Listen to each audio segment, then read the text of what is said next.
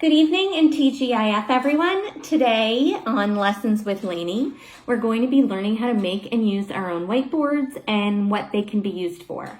So I know that most people are familiar, obviously, with whiteboards. You may have some that look like this. You may have seen your kids using them in classrooms. The thing about kind of real whiteboards is they can be really expensive. Also, children tend to draw on them with permanent marker and then they are permanently ruined. And so it's kind of a risky investment if you have children like I do.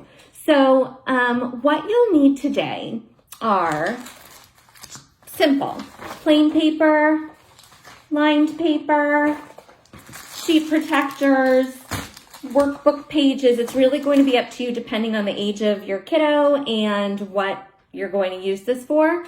Also whiteboard markers, eraser, and a pencil or a pen. That's it. So here's the thing you can do to make a very simple whiteboard. You take a simple white piece of paper, you put it in a sheet protector, and voila, you have a whiteboard. So you could maybe write, hello, right on there on your whiteboard. Easy peasy. You can also put lined paper in, and then you have lines to write on. So these are lines obviously for some older kiddos, but there are students or kids where if you give them a pencil and a piece of paper, they'll basically rip it up or throw it at you. And then magically you put that same piece of paper in a sheet protector, they'll write you a novel. Then people say, yeah, but then they erase it. But here's the thing, you just take your phone, take a picture. If you want, you can turn it into a PDF, but then you have it saved and you have some evidence. So there you go. Plain paper, lined paper, other way around, plain paper, lined paper. You can also put in graph paper and do some charting. I'm obviously not going to really do it right now. But if you're working on some science or some math and you need to graph, you can do it right here on your handy dandy whiteboard graph paper. You can also do something called sentence frames. So the ones up top are for the younger kiddos. So maybe you have a kiddo like in first grade or kindergarten and they can complete the sentence. So I like to play. There you go. I blank my mom.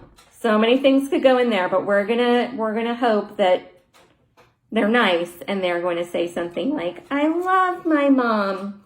These are some, we'll talk more in a future video about using sentence frames if you want to get like really rigorous here.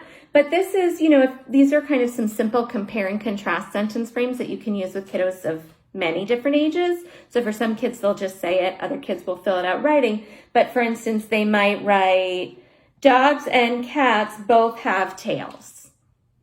And then write something like, frogs have legs, but fish have fins. So that's something really easy you can do also. And you can just write that out right on the paper, put it in, have your kiddo fill it out. This is really great if you have a lot of kids at home. First of all, Godspeed. But also, so you're not just wasting so much paper. You could take the same kind of sheet and one kid can do it, then the next kid, then the next kid. For some younger kiddos, it can be really fun to trace. So I'm going to use a different color for this one, but maybe they can trace their name. Oh my goodness. I'm having difficulty. I'm just going to do the first two letters so you can see, but it's kind of fun. You can trace their name. In a later video, we'll talk about using Play-Doh with the sheet protectors and letters to kind of build the letters. They could also trace shapes, trace numbers. I am not a handwriting expert, so you'll see that my triangle has an extra line. My 5's hat is too long. None of us are experts. So your kid will probably point that out and you'll have to redraw the 5. You can also use the sheet protectors kind of as a kind of lamination, really what they're made for, to protect sheets. For maybe some visuals you're using with kiddos. Here's some of like prepositions of place. Here's some that have question words. this is a shameless little plug for me. I am going to try to create some custom visuals for people. So you can message me if you'd like these pre-made ones or some custom ones, and I promise they'll be super duper affordable. If you have worksheets or work pages, or if you're one of those parents that likes to buy those kind of workbooks for your kiddos, you can just take out the pages and put them right in the sheet protector. For kids, especially kids who have ADHD, maybe who have some social emotional challenges, the second they write something and make a mistake, and then you get that vigorous erasing, and then there's a hole in the paper, and then they rip the paper, and then like you're done. There's no more learning for a little while after that. This is a great way where they can just write. If they make a mistake, it's a simple erase. So kids who really are like compulsive erasers and paper ripper-uppers, this is a great tool. Again, just kind of math worksheet. For older students, maybe they have some pages they can print out that has them responding to reading. Again, this is great because if they make a mistake, they can easily just erase and correct. They can also do some like highlighting of keywords or circling of keywords on there. So that's kind of fun.